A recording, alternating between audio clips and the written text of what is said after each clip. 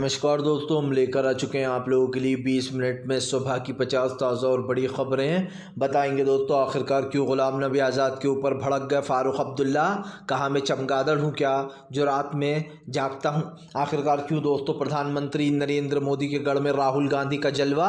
गुजरात में राहुल गांधी ने फूंक दिया चुनावी बिगुल, कर दिए दोस्तों वहाँ पर भी युवाओं से 5 वादे।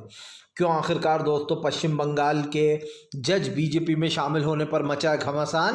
विपक्ष बोला यही है बीजेपी का असली चेहरा, पहले अपने फेवर में केस लो उसके बाद जजों को अपनी पार्टी में जगह दो। कैसे आखिरकार दोस्तों भारतीय जनता पार्टी के ऊपर गरजे अखिलेश। कहा फिलहाल इस बार बदलाव की हवा चल गई है। क्यों आम आदमी पार्टी के अरविंद केजरीवाल ने बीजेपी को ले लिया निशाने पर। कहा दिल्ली में फिर से एक बार आम आदमी पार्टी और लोकसभा में भी। तो तमाम मुद्दों पर होगी बात। लेकिन उससे पहले दोस्तों अगर आपने अब तक हमारे चैनल को सब्सक्राइब नहीं किया है तो जल्दी से कर लीजिए, पास में एक घंटी आएगी, इसको भी दबाइए ताकि हर वीडियो की अपडेट आप तक पहुंच पाए। दरअसल दोस्तों आपको बताते चले फिलहाल राहुल गांधी ने प्रधानमंत्री नरेंद्र मोदी के गढ़ में फूंक दिया बिगुल। गुजरात में उमड़ा दोस्तों जनसैलाब। दरअसल आपको बताते चले राहुल गांधी की भारत जोड़ो यात्रा अब गुजरात में पहुंच गई है, वो भी प्रधानमंत्री के गढ़ में। गुजरात प्रधानमंत्री का गढ़ माना जाता है, ऐसे में राहुल गांधी का ज़ोरदार स्वागत किया गया। आपको बताते चले राहुल गांधी ने वहां पर भी अपनी 5 गारंटियां दे दी। राहुल गांधी दोस्तों युवाओं का दिल जीतने की पूरी कोशिश कर रहे हैं।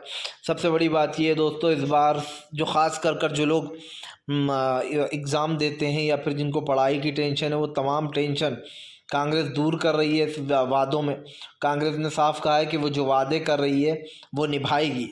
वो उतने ही वादे कर रही है दोस्तों जो निभा पा सकें। और यकीन मानिए दोस्तों हमें एक बार मौका देना चाहिए इंडिया गठबंधन को, क्योंकि ये एक नया विकल्प है, इसमें सभी लोग हैं और मुझे ऐसा लगता है कि इंडिया गठबंधन आने वाले समय में काम अच्छा करेगा। आपको बता दें चले दोस्तों फिलहाल भारतीय जनता पार्टी के ऊपर जमकर गरजे अरविंद केजरीवाल बोले दिल्ली की जनता के लिए हमने सिर्फ काम किया है लेकिन केंद्र सरकार ने हमारे कामों को रोका है। दरअसल दोस्तों अरविंद केजरीवाल का कहना है कि हमने हमेशा सत्ता में आने के बाद मैंने कभी भी अपने आप को सीएम नहीं समझा। उन्होंने कहा कि मैंने अपने आप को सिर्फ जनता का सेवक की तरह ही काम किया। केजरीवाल ने कहा कि मैं अपने आप को कभी सीएम नहीं समझता हूँ, मैं जनता के साथ मिलकर उनके बीच काम करता हूँ। अरविंद केजरीवाल ने कहा कि बीजेपी ने हमारे सर पे एलजी को लाकर बिठा दिया ताकि हमारे हर काम को रोका जा सके, लेकिन उसके बाद भी हमने तमाम काम किए। केजरीवाल ने कहा कि अब जिस तरीके से दिल्ली के लोगों ने हमें नगर निगम में और दिल्ली में बैठाया है उसी तरीके से वो लोग हमें अब संसद में भी बैठाएंगे, खास करके दोस्तों लोकसभा में जिताकर। सीधी सी बात ये दोस्तों कि इस बार इंडिया गठबंधन वर्सेस बीजेपी है। बीजेपी दोस्तों पूरी कोशिश कर रही है कि वो केजरीवाल को किसी भी तरीके से गिरफ्तार करवा दे। और यकीन मानिए अभी कोर्ट का जो फैसला आएगा वो मुझे ऐसा लगता है ईडी के पक्ष में होगा कि आपको सामने जाना ही पड़ेगा ईडी के सवालों का जवाब देने के लिए। लेकिन अब देखते हैं लेट्स सी आगे क्या होता है। आपको बता दें चले दोस्तों फिलहाल ग़ुलाम नबी आज़ाद के ऊपर फट पड़े फ़ारूक अब्दुल्ला। ग़ुलाम नबी आज़ाद को लगाई ज़ोरदार फटकार। दरअसल दोस्तों ग़ुलाम नबी आज़ाद तो ऐसा लगता है जैसे प्रधानमंत्री नरेंद्र मोदी के हिमायती बन चुके हैं। कांग्रेस छोड़ने के बाद ग़ुलाम नबी आज़ाद ने प्रधानमंत्री की जमकर तारीफ़ें की। यही नहीं, ग़ुलाम नबी आज़ाद ने चाटुकारिता की सारी हदें पार कर दी हैं। अब ग़ुलाम नबी आज़ाद ने एक बयान दिया कि फ़ारूक अब्दुल्ला रात में छुपकर पीएम नरेंद्र मोदी से मिलने जाते थे, जिसके बाद फ़ारूक अब्दुल्ला भड़क गए। फ़ारूक अब्दुल्ला का कहना है कि क्या मैं चमगादड़ हूँ जो मैं रात में प्रधानमंत्री से मिलने जाऊँगा। जैसे वो उसके प्रधानमंत्री हैं ग़ुलाम नबी आज़ाद के, वैसे ही वो मेरे भी प्रधानमंत्री हैं।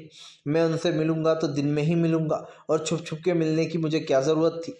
आपको बता दें दरअसल दोस्तों फ़ारूक अब्दुल्ला भड़क गए ग़ुलाम नबी आज़ाद पर। और जाहिर सी बात है ग़ुलाम नबी आज़ाद दोस्तों इधर उधर की बातें करते हैं, राहुल गांधी को बुरा बताते हैं, सोनिया गांधी के बारे में बुरा बताते हैं, जबकि उन्होंने अपनी पूरी ज़िंदगी कांग्रेस में निकाल दी। कांग्रेस ने उनको हर पद से नवाजा। आप समझिए इतना कुछ दिया कांग्रेस ने, उसके बाद भी अपने बेईमानी और जो जिस तरीके का उन्होंने रुख दिखाया है, जबकि वो एक मुस्लिम हैं दोस्तों और वो अच्छे से जानते हैं कि मुसलमानों के साथ, दलितों के साथ, पिछड़ों के साथ बीजेपी कैसा कर रही है। आपको बताते चले दोस्तों, फिलहाल भारतीय जनता पार्टी के ऊपर फट पड़े जो है यहाँ पर दोस्तों मल्लिकार्जुन खड़गे बोले हमारी 5 गारंटियाँ बीजेपी के 10 साल पर भारी पड़ेंगी। मल्लिकार्जुन खड़गे ने कहा कि आज तक बीजेपी ने ऐसा कोई वादा जनता से नहीं किया जो राहुल गांधी ने सबके साथ ने करा है। तो आपको बता दें, खड़गे ने कहा कि सबसे पहले हम युवाओं को पेपर लीक से मुक्ति दिलाएंगे। जिन पेपरों को बार बार लीक करा दिया जाता है इसमें सरकार का हाथ होता है। मल्लिकार्जुन खड़गे ने कहा कि हम वादा करते हैं कि जो लोग भी पेपर लीक से परेशान हैं उनकी तमाम मुसीबत दूर होगी। यही नहीं, खड़गे ने यह भी वादा किया है कि आने वाले समय में खास कर जो जनता के साथ सरकार कर रही है उन चीज़ों को भी उजागर किया जाएगा। मल्लिकार्जुन खड़गे ने कहा कि जनता को परेशान होने की ज़रूरत बिल्कुल भी नहीं है।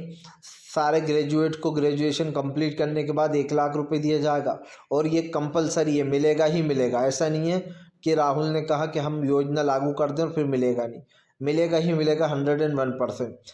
राहुल गांधी ने तीसरी बात कही कि फ़िलहाल तमाम युवा जो बेरोज़गारी में घूम रहे हैं उनको 30 लाख पदों को भरा जाएगा जो प्रधानमंत्री ने अब तक खाली रख रखे हैं दोस्तों। इन गारंटियों को राहुल गांधी पूरा करेंगे।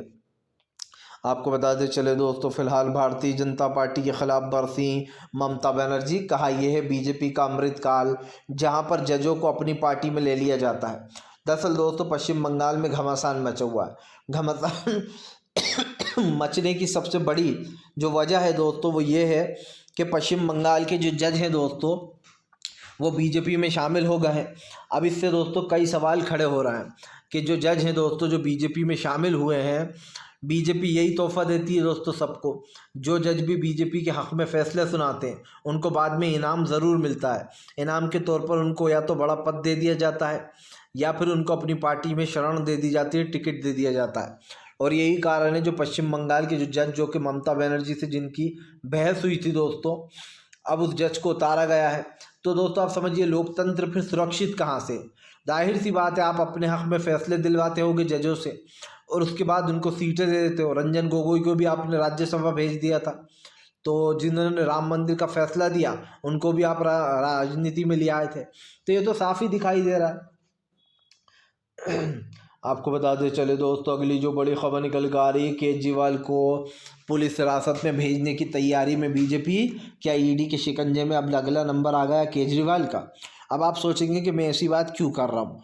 दरअसल दोस्तों यहाँ पर कई साइन मिल रहे हैं कि केजरीवाल जो है वो जेल में जा सकते हैं। पहला दोस्तों ईडी का 8वें समन के बाद भी केजरीवाल का ईडी के पास ना जाना, उसके बाद ईडी का रावत कोर्ट में जाना और कोर्ट में ये कहना कि केजरीवाल आ नहीं रहा है हमारे सवालों का जवाब देने। और उसके बाद कोर्ट ने अब एक नोटिस जारी किया है जिसमें केजरीवाल को 16 मार्च के दिन पेश होना ही पड़ेगा। और उसके बाद कोर्ट बताएगा कि केजरीवाल क्यों नहीं जा रहे थे। कोर्ट पहले तो पूछेगा कि आप ईडी के सामने क्यों नहीं जा रहा हो। उसके बाद केजरीवाल बताएंगे कि इनलीगली ईडी मुझे नोटिस भेज रही है इसलिए मैं नहीं जा रहा। लेकिन दोस्तों और भी तर्क दिए जाएंगे, पर उस बीच में आपको बता दूं, अगर कोर्ट ने ये कह दिया कि अरविंद केजरीवाल जी आपको ईडी के सामने पेश होना ही पड़ेगा अगली तारीख पे, जो भी वो अगली तारीख देगी, तो दोस्तों आप समझिए उसके बाद बीजेपी का काम बहुत आसान हो जाएगा। क्योंकि बीजेपी पहले तो जो है यहाँ पर बेहोश करेगी और ख़ास कर दोस्तों जिन लोगों को पकड़ा जा रहा है तो इन चीज़ों को बचाने के लिए काफ़ी चीज़ें तमन्नाएं सामने आ रही हैं। तो ये तो साफ़ हो चुका है कि फ़िलहाल अब इधर से उधर बीजेपी का होना और घूमना बंद होने वाला है, क्योंकि जनता समझ चुकी है क्या हो रहा है। आपको बताते चले दोस्तों, प्रधानमंत्री नरेंद्र मोदी कहीं पर भी जगह नहीं छोड़ते। दरअसल दोस्तों आपको बताते चले मौका था अवार्ड का, क्रिएटर अवार्ड में प्रधानमंत्री सबको अवार्ड दे रहे थे। उस दौरान प्रधानमंत्री ने विपक्ष को घेर लिया। प्रधानमंत्री ने कहा सफाई तो बहुत ज़रूरी है, जैसे इस बार विपक्ष की होने वाली है। आपको बताते चले दोस्तों, प्रधानमंत्री ने बातों ही बातों में विपक्ष को ताना मारते हुए कहा कि सफाई बहुत ज़रूरी है, जैसे अभी इस चुनाव में फिर सफाई होगी। अब आप समझ सकते हैं कि विपक्ष को साफ करने की बात कर रहे हैं प्रधानमंत्री। अगर ईवीएम ना हो, अगर तमाम सरकारी एजेंसियां ना हो दोस्तों, तो बीजेपी का जीतना कैसे मुश्किल हो सकता है? How is possible? ये सवाल दोस्तों होना चाहिए। लेकिन यहाँ पर जैसे कि मैंने पहले भी कहा कि चीज़ें जो है दोस्तों आउट ऑफ कंट्रोल हो जाती हैं और उनका कोई जवाब नहीं होता। तो ऐसे में भारतीय जनता पार्टी के पास अब क्या विकल्प है ये तो वो भी नहीं जानती, लेकिन एक चीज़ तो साफ हो चुकी है कि देश में कई चीज़ें निकल चुकी हैं। फिलहाल दोस्तों आपको बताते चले अगली जो बड़ी खबर निकल कर आ रही है, अखिलेश यादव के दाव से बीजेपी चारों खाने चित। अखिलेश यादव लगाएंगे दोस्तों जो यहाँ पर बीजेपी की जोरदार क्रस। दरअसल आपको बताते चले अखिलेश यादव ने दावा किया कि इस बार वो पूरी की पूरी सीटें जीतने वाले हैं। अखिलेश यादव ने यह भी दावा किया दोस्तों कि आने वाले समय में प्रधानमंत्री जो यहाँ पर बड़े पैमाने पर हारने वाले। और सबसे बड़ी बात ये अखिलेश ने कहा कि इस बार पूरी 80 सीटों का जो आकलन है वो इंडिया गठबंधन के अंडर है। यानी कि दोस्तों इस बार बीजेपी बहुत कम सीटों पर उत्तर प्रदेश में सिमटेगी, क्योंकि कांग्रेस और ख़ास करके सपा ने हाथ मिला लिया। अब देखना ये होगा कि इस गठबंधन का कितना फ़ायदा होने वाला है, क्योंकि आपको बताते चले इस गठबंधन से एक चीज़ तो तय है, अब की बार देश की जनता बदलाव तो चाहती है दोस्तों, और वो बदलाव होना भी चाहिए। आपको बताते चले दोस्तों फिलहाल भारतीय जनता पार्टी को लगा बड़ा झटका। जी हाँ, आपको बता दें महाराष्ट्र और ख़ास कर बिहार में बिगड़ गया बीजेपी का पूरा गेम। दरअसल आपको बताते चले एक तरफ चिराग पासवान है जो कि बार बार मुलाकातें कर रहे हैं दोस्तों, बताया जा रहा है वो अपने चाचा से ही बगावत पर उतरे हुए हैं। दूसरी तरफ दोस्तों अब नीतीश कुमार परेशान हो गए हैं महाराष्ट्र का हाल देखकर। दरअसल महाराष्ट्र में घमासान मचा हुआ बीजेपी में, बताया जा रहा है टिकट कम मिलने को लेकर परेशान हो गए हैं वो लोग, और यही कारण दोस्तों जो अब महाराष्ट्र में बीजेपी का गेम बिगड़ चुका है। और महाराष्ट्र के देखा देखी अब दोस्तों बिहार में भी वही हो रहा है। यही कारण है जो वो लोग काफ़ी ज़्यादा परेशान नज़र आ रहे हैं। इससे एक चीज़ तो साफ है कि सीट शेयरिंग को लेकर काफ़ी मुद्दे बड़ा हो गया है, क्योंकि सीट शेयरिंग एक बहुत बड़ा फार्मूला होता है दोस्तों, और सीट शेयरिंग जब तक नहीं बनेगी बात बीजेपी की तब तक गेम अड़ा रहेगा। मतलब अब एक चीज़ तो साफ है कि इस सीट शेयरिंग को लेकर बीजेपी की मुश्किलें बढ़ चुकी हैं, क्योंकि हमने आपको पहले भी कहा था, फिर कहेंगे कि फ़िलहाल अब इस सीट शेयरिंग मामले को लेकर कहीं ना कहीं पूरा मामला समझ नहीं पा रही हैं वो। और ऐसे में अब देखते हैं कि फ़िलहाल तमाम मुद्दों पर जो ये बातें हो रही हैं या फिर जो चीज़ें हो रही हैं दोस्तों ये कैसे होती हैं, क्योंकि हमें एक चीज़ समझ में आ गई थी कि फ़िलहाल तमाम मुद्दों पर भारतीय जनता पार्टी घिर चुकी है, जिसको लेकर कहीं ना कहीं बीजेपी की दोस्तों जो यहाँ पर हमदर्दी दिखाई दे जाती है। और एक बार नहीं कई बार इसी को लेकर कहीं ना कहीं जो यहाँ पर गेम मचा हुआ है। आपको बताते चले दोस्तों फिलहाल प्रधानमंत्री नरेंद्र मोदी के ऊपर जमकर भड़कती हुई नजर आई दोस्तों, जो है यहाँ पर आपको बता दें दोस्तों प्रियंका गांधी ने बीजेपी को जमकर लपेटा। दरअसल आपको बताते चले प्रियंका गांधी ने प्रधानमंत्री को लपेट लिया। प्रियंका गांधी का कहना है कि देश का किसान सड़कों पर था। महिला दिवस के दिन सड़कों पर महिला किसानें रहीं दोस्तों, लेकिन सरकार के कान पर जू तक नहीं रहेंगी। दरअसल कल दोस्तों महिला दिवस था। कल राहुल गांधी ने भी एक बहुत बड़ा केक काटकर महिलाओं को सम्मानित किया और जो है यहाँ पर महिला दिवस मनाया। लेकिन इसी बीच दोस्तों राहुल गांधी ने सरकार की आलोचना भी की थी। अब उनकी बहन प्रियंका गांधी सरकार पर हमलावर हो गई हैं। प्रियंका गांधी का कहना है कि सरकार सच छुपाती है और जनता को भटकाने का काम करती है। प्रियंका गांधी ने आरोप लगाया कि बीजेपी जो है यहाँ पर इस मुद्दे को, ये गर्म मुद्दा इसलिए इसको दबाने का काम कर रही है। और इसको दोस्तों देखना भी होगा कि फ़िलहाल यहाँ पर अब मुद्दे जो हैं वो और कितने बड़े हैं, क्योंकि ये तो साफ हो चुका है कि अब काफ़ी कुछ जो यहाँ पर चेंजेस आ गए हैं और ऐसे में बीजेपी की मुश्किलें भी बढ़ने वाली हैं। आपको बताते चले दोस्तों किसान नेता राकेश टिकैत का बड़ा ऐलान। टिकैत बोले आर पार की लड़ाई है ये लड़ाई, जंग हम जीतेंगे। दरअसल आपको बताते चले दोस्तों किसानों ने ऐलान कर दिया कि ये उनकी आर पार की लड़ाई है और साफ दिखाई दे रहा है दोस्तों आर पार की लड़ाई में कोई एक जीतता है कोई एक हारता है। मतलब साफ है कि किसानों ने ऐलान कर दिया है कि 2024 के चुनाव में विपक्ष की सरकार आएगी। आपको बताते चले किसान सरकार से बहुत परेशान हो चुके हैं, इसीलिए इस किसान ने सरकार को घेर रखा है। किसानों ने साफ कहा है कि फ़िलहाल सरकार जो है वो विपक्ष को रोकने का काम कर रही है। और ऐसे में दोस्तों ये चीज़ भी साफ़ हो जाती है कि इस बात में कोई दो राय नहीं है कि सरकार विपक्ष को रोकने का काम कर रही है। लेकिन विपक्ष ने साफ कर दिया है कि फ़िलहाल इंडिया गठबंधन के सामने बीजेपी टिक नहीं सकती। ख़ास कर लोकसभा का ये जो चुनाव है दोस्तों ये एक बहुत बड़ा चुनाव है, क्योंकि इसमें तय होगा कि देश का लोकतंत्र किस हिसाब से किस दिशा में जाने वाला है। आपको बताते चले दोस्तों, फिलहाल भारतीय जनता पार्टी के ऊपर जमकर भड़क गए दोस्तों जो है यहाँ पर भगवत मान बोले पंजाब में हमें राज्यपाल कोई काम नहीं करने देते, जबकि हमने दिल्ली मॉडल लागू कर दिया है पंजाब में। आपको बता दें, आम आदमी पार्टी के भगवत मान ने बीजेपी को घेरा है। भगवत मान का कहना है कि फ़िलहाल जो हमारा गठबंधन हुआ है उसको भी रोकने की कोशिश की जा रही है। बार बार दोस्तों जानबूझकर कांग्रेस और आम आदमी पार्टी को रोकने का काम किया जाता है। लेकिन एक चीज़ तो तय हो चुकी है दोस्तों कि फ़िलहाल इस देश में बदलाव की ज़रूरत है और वो बदलाव ज़रूर होगा। वो बदलाव तभी हो सकता है दोस्तों जब इस देश का प्रधानमंत्री अपनी सीट से वापस उतर ले। इस देश का प्रधानमंत्री सफाई की बात करते हैं कि बहुत जल्दी सफाई होने वाली है चुनाव में भी। मैं ऊपर वाले से दोस्तों उम्मीद करता हूं कि सफाई तो हो, लेकिन उस सफाई में प्रधानमंत्री हों और प्रधानमंत्री साफ हों, क्योंकि जाहिर सी बात है 10 साल में कुछ नहीं हुआ। 10 साल की अगर हम बात करें तो ऐसा सरकार ने कोई तीर नहीं मार दिया। सिर्फ धर्म के नाम पर राजनीति करना, लोगों को आपस में लड़वाना और दोस्तों इसी पर निर्भर रहना, ये बीजेपी का जो है यहाँ पर काम है। और अगर आप समझते हैं कि ये चीज़ें जो है यहाँ पर हमारे लिए कोई मायने नहीं रखती, तो आप समझ सकते हैं कि फ़िलहाल यही चीज़ें देश की जो है यहाँ पर सबसे ज़रूरी हैं। लेकिन अब इस सरकार की जो नीतियाँ हैं वो हमें ज़रूर समझ में नहीं आ रही दोस्तों, क्योंकि ये तो साफ हो चुका है सरकार का टाइम आ चुका है। आपको बताते चले दोस्तों, फिलहाल भारतीय जनता पार्टी के ऊपर जमकर गरजे रैली में राहुल गांधी बोले युवाओं का, गरीबों का सपना तोड़ा है बीजेपी ने। जो गरीब बड़ी ही मेहनत से पढ़ते लिखते हैं उनको ग्रेजुएट होने के बाद ना नौकरी मिलती है और ना ही दोस्तों उनको कोई सैलरी मिल पाती है। राहुल गांधी ने जो है यहाँ पर कई चीज़ें बोली और राहुल गांधी ने ये दिया। राहुल गांधी ने एक चीज़ साफ कही है कि फ़िलहाल अब सरकार की जो नीतियाँ हैं वो हमें देखना होंगी और इसको लेकर दोस्तों कहीं ना कहीं ये मुझे चीज़ सामने आ रही थी। लेकिन अब देखते हैं कि फ़िलहाल इसमें क्या होता है। आपको बताते चले दोस्तों, फिलहाल भारतीय जनता पार्टी के ऊपर जमकर गरजते हुए नजर आई दोस्तों जो है हवा।